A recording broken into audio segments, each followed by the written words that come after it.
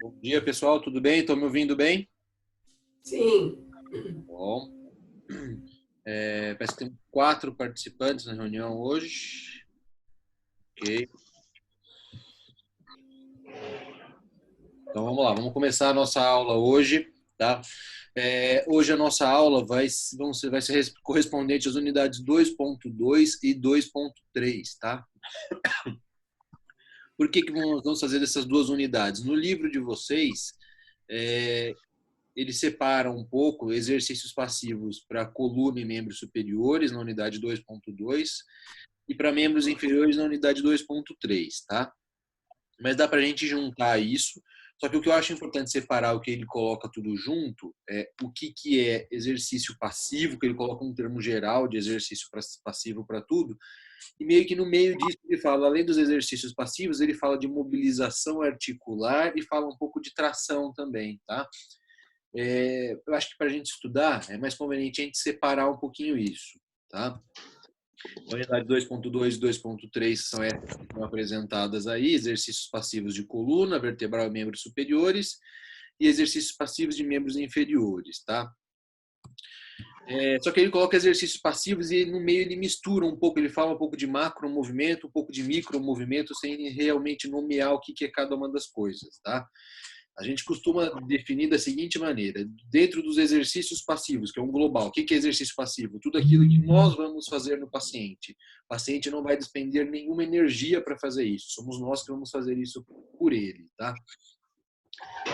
Exercícios passivos, com esse nome mesmo, a gente chama mais os macromovimentos articulares, que são aqueles grandes movimentos que a gente pode ver. Então, flexão e extensão do braço, abdução e adução, ou no quadril, no joelho, são macromovimentos, tá? Então, seria o quê? Seria a artrocinemática, são os movimentos das articulações. Quais são os movimentos possíveis da articulação? Claro que cada articulação vai ter um grau de liberdade diferente, né? Mas, em teoria, o que é possível fazer? Flexão e extensão, adução e abdução, rotação interna e rotação externa, e a circundução e as demais combinações. Então, vamos destrinchar um pouco isso. A articulação do quadril, que é a coxo femoral, e a articulação do ombro, que é a glenohumeral, são as articulações com maior grau de liberdade de movimento possível. Então, elas fazem todos esses movimentos que estão descritos aqui, tá? A circundução, que é a combinação desses movimentos, né? Isso daqui é circundução. E a gente ainda pode criar outras combinações. Eu posso, por exemplo, fazer a combinação de, ao mesmo tempo que eu faço flexão, fazer uma adução. Ou toda vez que eu for fazer uma rotação externa, fazer uma elevação também do braço. Nós podemos criar combinações de acordo com a nossa criatividade, tá? Então, são as articulações que permitem maior grau de liberdade. Já uma articulação do cotovelo, por exemplo, que é a articulação do húmero com a ulna, né, húmero ulnar, ela só faz flexão e extensão. É uma articulação sinovial do tipo Ginglin, né? Só faz flexão e extensão, flexão e extensão, tá? Ou, por exemplo, a minha articulação do joelho. A articulação do joelho também só faz flexão e extensão e uma leve rotação interna e rotação externa. Tá? Então, assim, esses exercícios passivos são os macromovimentos, são aqueles que as articulações, aqueles movimentos grandes que você vê, e são os movimentos que a articulação permite, o grau de liberdade que a articulação permite, né? Então, cada articulação tem o seu grau de liberdade específico e nós temos que respeitar isso quando vamos fazer os exercícios passivos. Não é porque ele está sob o meu domínio que eu vou fazer um movimento que a articulação não permite fazer. Eu tenho que fazer aquilo que a articulação permite ser feito, tá? Então, esses são os macromovimentos. Então, num paciente que está acamado, por exemplo, no hospital, se eu quiser evitar uma úlcera de pressão, uma escara nesse paciente, eu vou fazer esses macromovimentos nele. Então, eu vou pegar a perna do paciente, dobrar, esticar, fazer flexão, extensão, adução e abdução, movimentar em todos os eixos possíveis para realmente ativar a circulação desse paciente, lubrificar a articulação, prevenir a formação de escaras, tá? Isso que é importante. Então, são esses macromovimentos, tá? Agora, além dos macromovimentos, nós temos também os micromovimentos articulares, que a gente vai chamar mais de mobilização articular. Não está falando do exercício passivo. grandes movimentos, é a artrocinemática, o que a articulação permite. Agora eu estou falando mais dos micromovimentos, tá?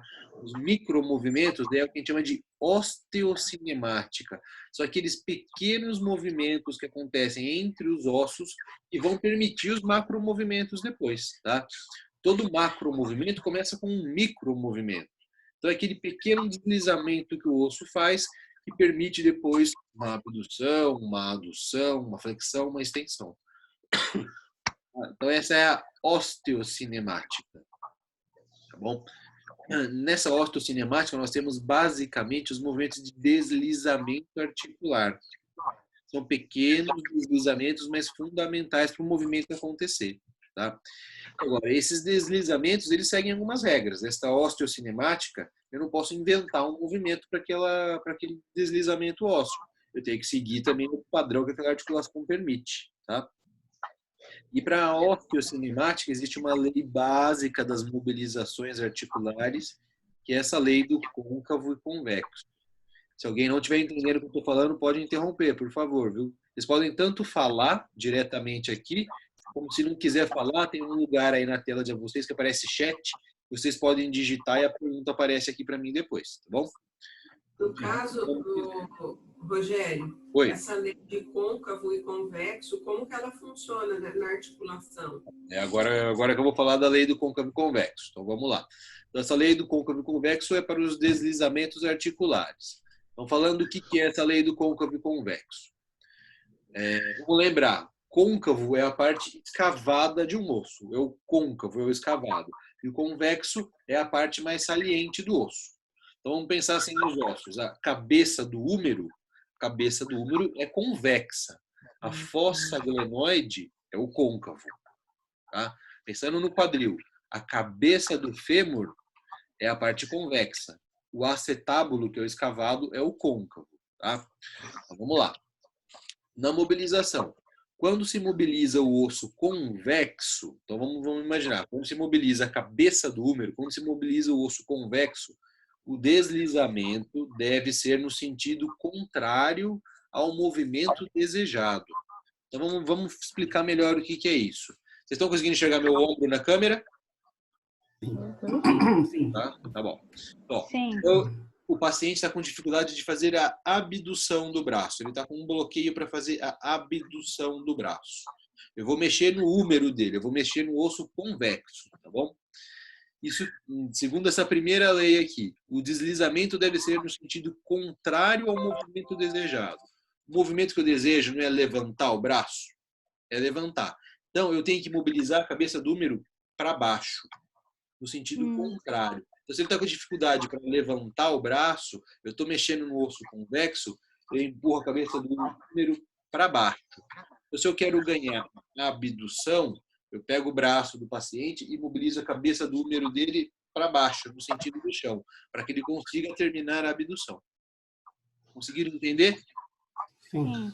Quando estamos mexendo no osso convexo, o deslizamento deve ser no sentido contrário ao movimento desejado. Então, se eu quero levantar, eu tenho que abaixar a cabeça do húmero.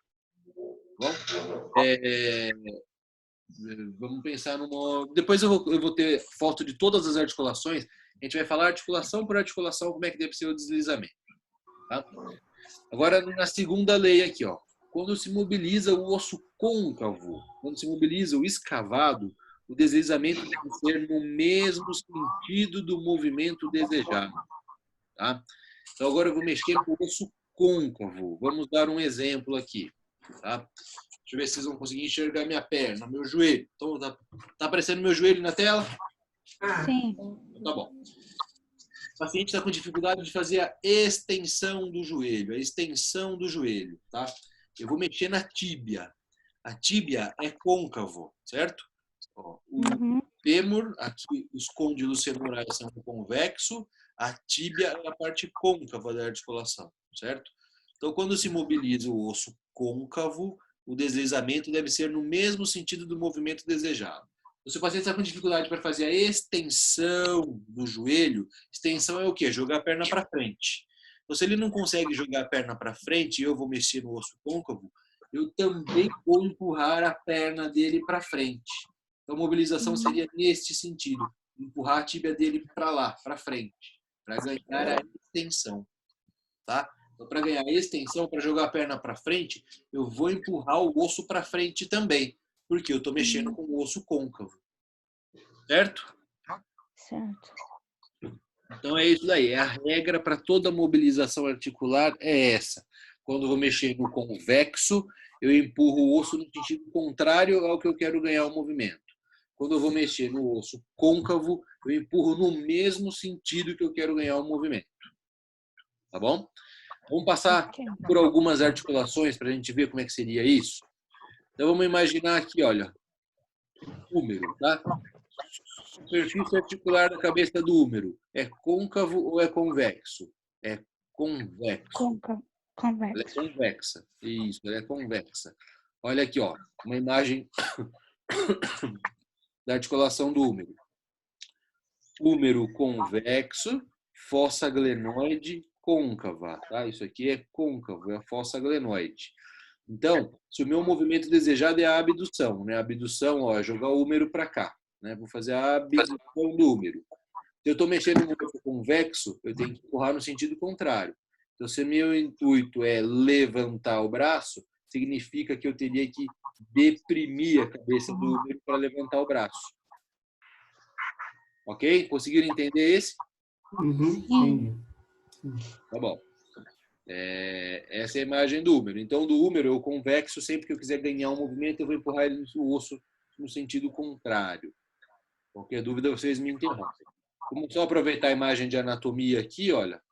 Cabeça do húmero com a cartilagem articular, certo? Isso aqui é a cartilagem articular da cabeça do húmero.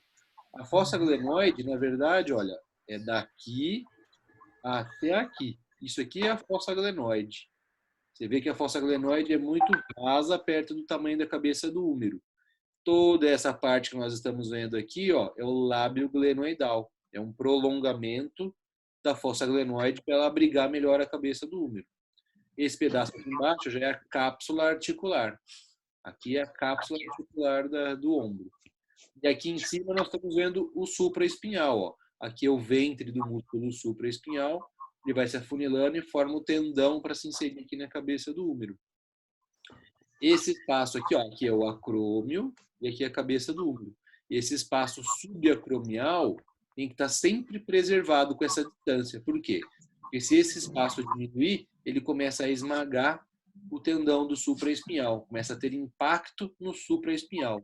Isso é a chamada tendinite do supraespinhal, ou a síndrome do impacto. Tá? A síndrome do impacto é o aprisionamento, o impacto do supraespinhal neste espaço aqui. Tá? Esse exemplo que eu dei de mobilização articular da cabeça do húmero para baixo é fundamental para preservar o supraespinhal. Então, muitas vezes a pessoa está com uma tendinite do supraespinhal, por quê? Porque a cabeça do húmero sobe e começa a impactar o supraespinhal aqui, no acrômio.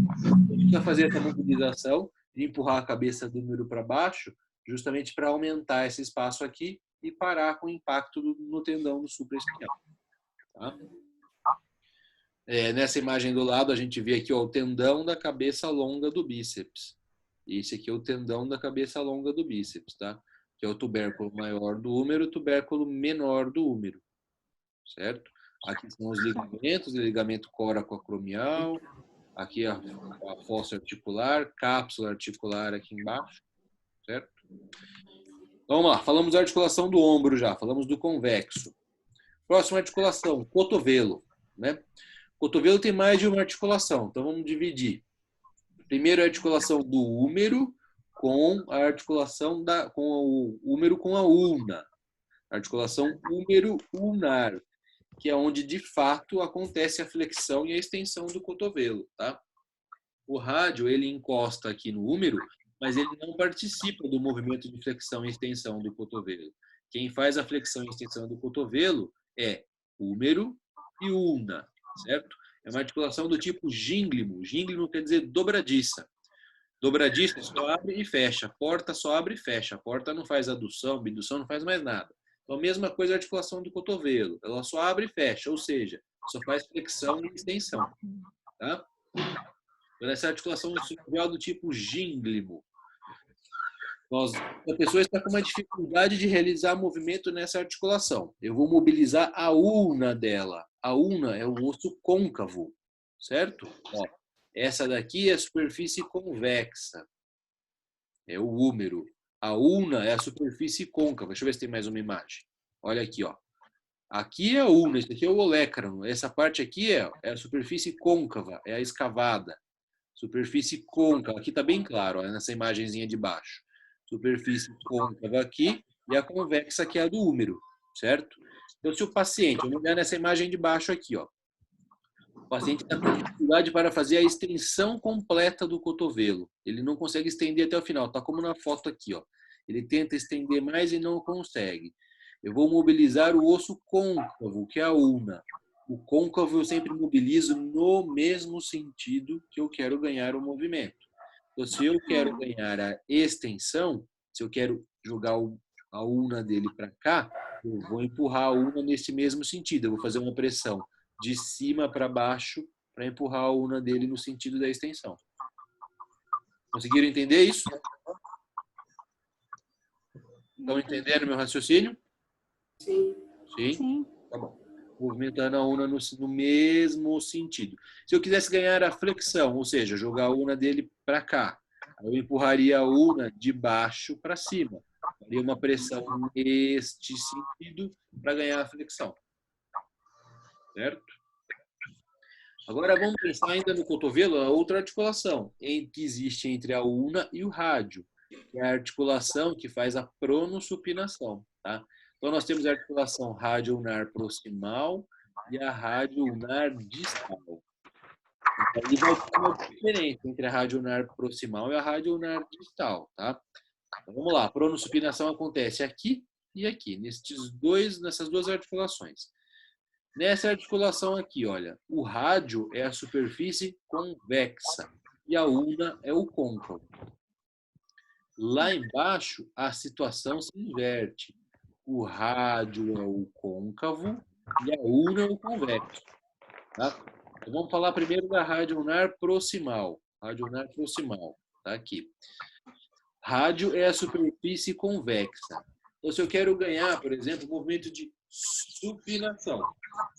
Supinação. Supinação é o quê? Jogar o rádio para lá, né? Vou jogar o rádio para lá. Supinação. Se eu estou com dificuldade de fazer supinação e eu vou mexer com o osso convexo do rádio, o que eu tenho que fazer então? Se eu estou com dificuldade de jogar o rádio para lá, significa que eu tenho que empurrar a superfície articular para cá. Certo? Então, se eu estou com dificuldade de fazer supinação, eu tenho que empurrar meu rádio de baixo para cima, para ele fazer este movimento aqui, ó. Rádio de baixo para cima. Estou mexendo no osso convexo. Então, se o macro movimento é para lá, o micro movimento é para cá. E na região do carpo é o contrário, né? Se eu for mobilizar o rádio, aqui no carpo, o rádio é côncavo na parte distal. Então, se eu estou com dificuldade de fazer a supinação, eu tenho que empurrar o rádio para lá mesmo, no mesmo sentido do macro movimento. Então, se para ganhar a supinação, aqui eu empurro o rádio para cima e aqui eu empurro o rádio para baixo. Então, na rádio ulnar proximal, para ganhar a supinação, eu vou deprimir o rádio, eu vou, elevar o rádio, e na rádio ulnar distal eu vou deprimir o rádio. Então, voltando, para ganhar a supinação, na rádio ulnar proximal eu empurro o rádio para cima, e na rádio ulnar distal eu empurro o rádio para baixo, porque aqui eu estou mexendo no campo. Tá? Depois é legal vocês pegarem essas imagens, eu vou deixar essa apresentação disponível para vocês. Eu tenho um canal do YouTube que é o Rogério Ortolan, vai estar lá, e eu vou colocar o link dessa aula lá no AVA também, tá? Na unidade 2.2 e unidade 2.3. Depois é legal vocês pegarem essas fotos e olhando articulação por articulação e ficar imaginando como é que seria o movimento, tá bom? Tá bom. Vamos lá. Mais uma imagem. Agora no carpo, vamos pensar aqui nos ossos do carpo.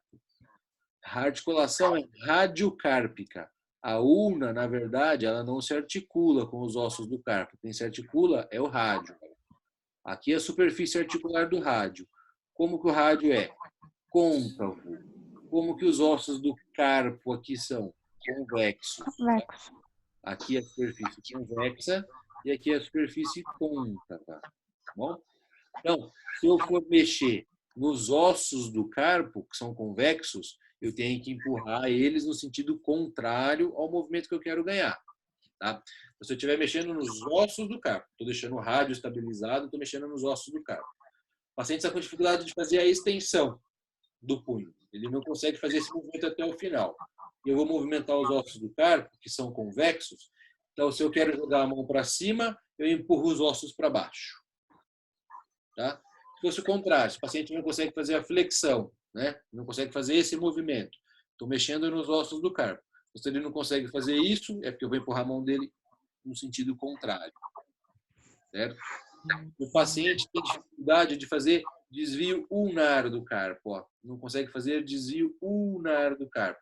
Ele não consegue jogar a mão para fora, então eu empurro os ossos para dentro. Certo? Sempre no sentido contrário. Nós vamos ter aula prática na faculdade sobre isso. Né? Na aula prática, a gente vai mobilizar todas as articulações do corpo. Não sei quando vai ter, mas em algum momento a gente vai ter essas aulas práticas. Tá bom? Vamos pensar agora, por exemplo, olha, na articulação metacarpo-falangiana. Metacarpo está aqui, falange está aqui. No metacarpo, ó, o metacarpo é o osso convexo e a falange é o osso côncavo. Tá aqui. Tá bom. Então, é esta articulação aqui que eu estou falando. É esta articulação aqui. O paciente não consegue fazer a extensão do dedo. Estão vendo meu dedo? Sim. Não consegue fazer a extensão do dedo. Eu vou mexer na falange, que é o côncavo. Tá? Se ele não consegue jogar o dedo para cima, significa que eu tenho que empurrar o dedo dele para baixo, para ganhar este movimento de extensão. Então, para ele levantar o dedo, eu empurro a superfície articular dele para baixo. Empurro para baixo, aí ele consegue ganhar a extensão. Tá? O que quer dizer? Como é que eu falo assim, empurrar para baixo, empurrar para cima? São movimentos oscilatórios. Tá? Você põe a mão na articulação e faz um empurra para baixo e volta, empurra para baixo e volta, empurra e volta. Cerca de 60 movimentos a gente tem que fazer. Uma frequência de mais ou menos um movimento por segundo. Né? Então você vai ficar 1 minuto mobilizando esse paciente, pelo menos. Às vezes precisa até ficar mais. Bom? Vocês estão vendo a aplicação da lei. Quadril, articulação do quadril. Quadril é a articulação coxo-femoral. Superfície da cabeça do fêmur é o quê? Convexa. Essa é a superfície da cabeça do fêmur, convexa. O acetábulo ou côncavo. Tá? Lógico, nós vamos movimentar o fêmur, não tem como a gente movimentar o acetábulo. Então, a superfície que eu vou movimentar é a superfície convexa. É a convexa. Então, se eu quero fazer um movimento de abdução, por exemplo, abdução, abrir a perna do paciente, jogar o fêmur dele para cá. Então, o que eu tenho que fazer? Se eu quero abrir, o macromovimento é abrir, o micromovimento vai ser empurrar o fêmur para cá, a cabeça do fêmur para cá. Tá? Vamos no exemplo aqui. Vou ficar em pé, ver se vocês vão enxergar. Estão vendo meu quadril? Sim. Tá. Às vezes, com dificuldade de fazer a flexão do quadril. Flexão do quadril é o quê? Levantar o fêmur. Esse é o macro. O micro é o quê? Se ele não consegue levantar, significa que eu vou pegar a minha mão e vou deprimir a cabeça do fêmur para ele poder levantar, fazer o movimento completo.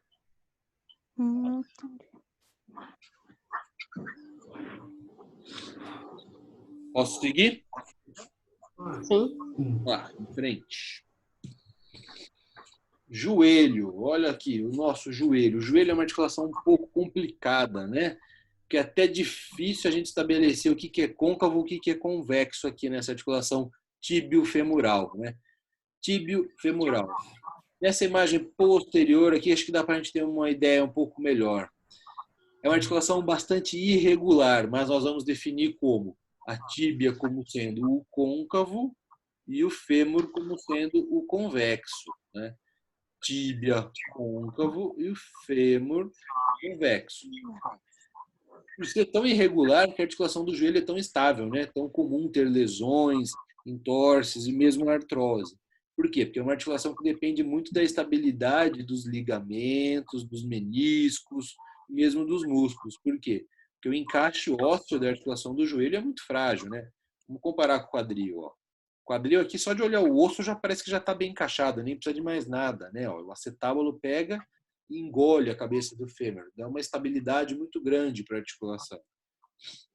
Essa articulação do joelho não é assim, né? Parece que são dois ossos empilhados um em cima do outro. Então, isso aqui precisa de muitos ligamentos, músculos para estabilizar essa articulação. Mas vamos lá, falando das mobilizações articulares. Aqui é o côncavo, né? Tíbia é o côncavo, fêmur é o convexo. Então, se eu for mobilizar a tíbia do paciente, usar a tíbia para fazer a mobilização articular, estou mexendo com o côncavo. O côncavo mexe sempre no mesmo sentido do macromovimento. Vamos lá, como eu falei no começo da aula. Joelho do paciente. Ele não consegue fazer a extensão completa do joelho. Ele bloqueia. Chega aqui, ele não consegue estender mais. Estou mexendo no côncavo.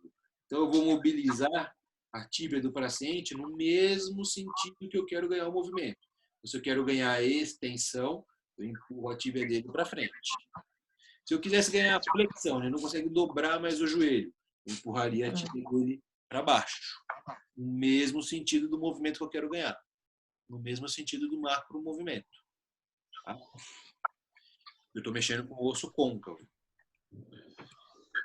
Só mais uma articulação. Isso aí agora acho que já está ficando mais claro para vocês. Articulação do tornozelo. Não tem uma imagem da tíbia e da fíbula, mas eu coloquei essa do tornozelo só para ficar claro o que é côncavo e o que é convexo. Ó, aqui é o talos. Esse osso é o talo. Vamos relembrar um pouquinho de anatomia.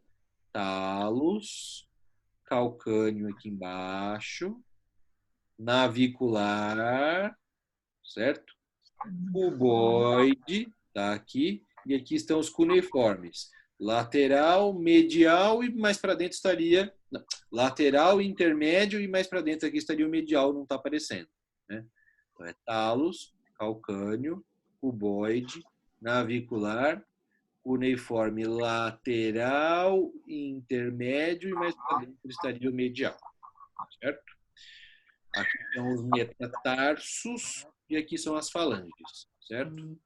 Então a articulação talocrural. Crura quer dizer pinça. Estamos falando da pinça maleolar, que é tíbia e fíbula, né? Talocrural. Então, o talos é a superfície convexa. E a crura, tíbia e fíbula, seria a superfície côncava.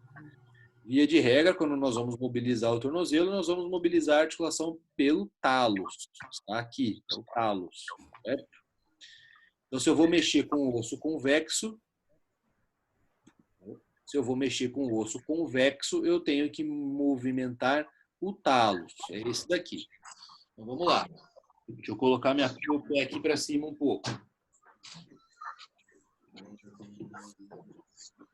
Está aparecendo meu pé aqui ou ainda não? Não. Espera aí. Vou achar alguma coisa para pôr meu pé em cima.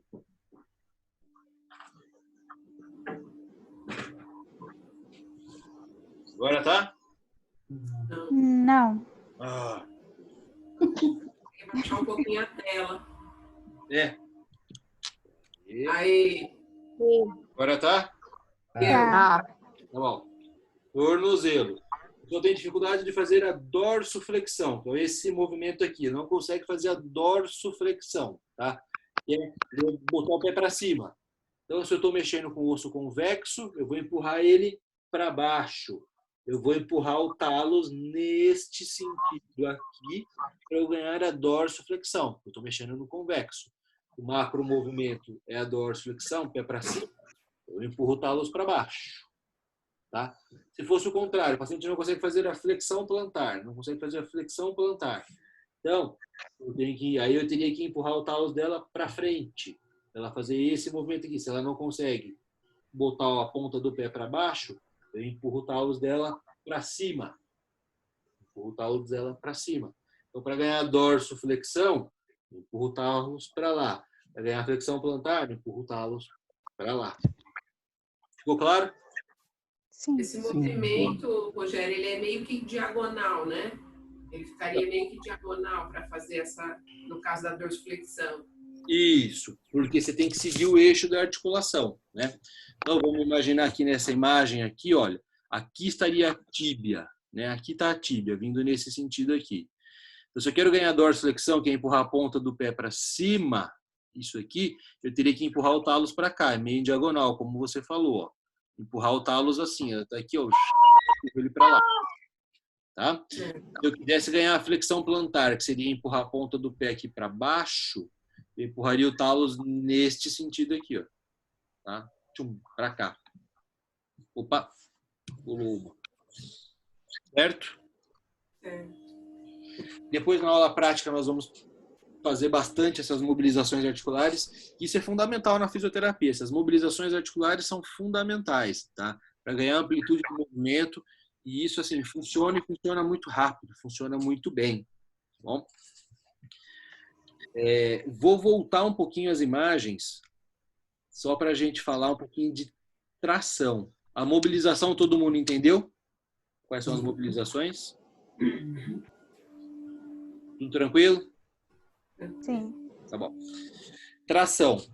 Então, a gente falou dos exercícios passivos, que são os macromovimentos, das mobilizações articulares, que são os micromovimentos, e existe também a tração articular.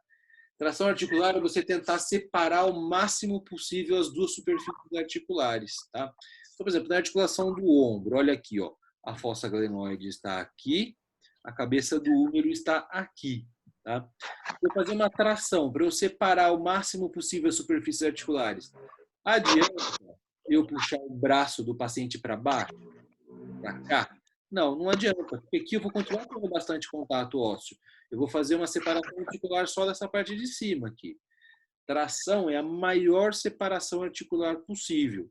Então, na articulação do ombro, por exemplo, a fossa glenoide está aqui, a tração do braço tem que ser neste sentido. Então, seria eu colocar o quê? As duas mãos na axila do paciente e puxar o braço dele no meu sentido, tá? Isso seria uma tração da articulação do hemomeral. Não adianta puxar o braço do paciente para baixo. Eu teria, ó, a articulação está aqui e aqui. Eu tenho que puxar esse osso para lá, para fora. Então, eu coloco as duas mãos na axila e puxo o osso para fora. Ok? No cotovelo, aí no cotovelo a tração já não tem um grande efeito. Por quê? Porque a gente tem o olecrano que se encaixa ali na região do úmero. Mas, caso queira fazer uma tração, aí sim a tração é no sentido longitudinal. Eu puxaria o braço do paciente para baixo, né? Ó. Olhando por aqui, a articulação está nesse ponto, eu posso puxar ela para cá. Tá? No carpo, sim, ó, a articulação está aqui. Se eu quero fazer uma tração, uma maior separação articular, eu puxo a mão do paciente para cá, neste sentido. Isso seria uma tração na articulação do carpo. Puxo para cá. A articulação do quadril, como é que seria? Olha, a articulação está neste sentido do colo do fêmur. Então não adianta eu puxar a perna do paciente para baixo aqui também. É parecido com o caso do ombro. Ó.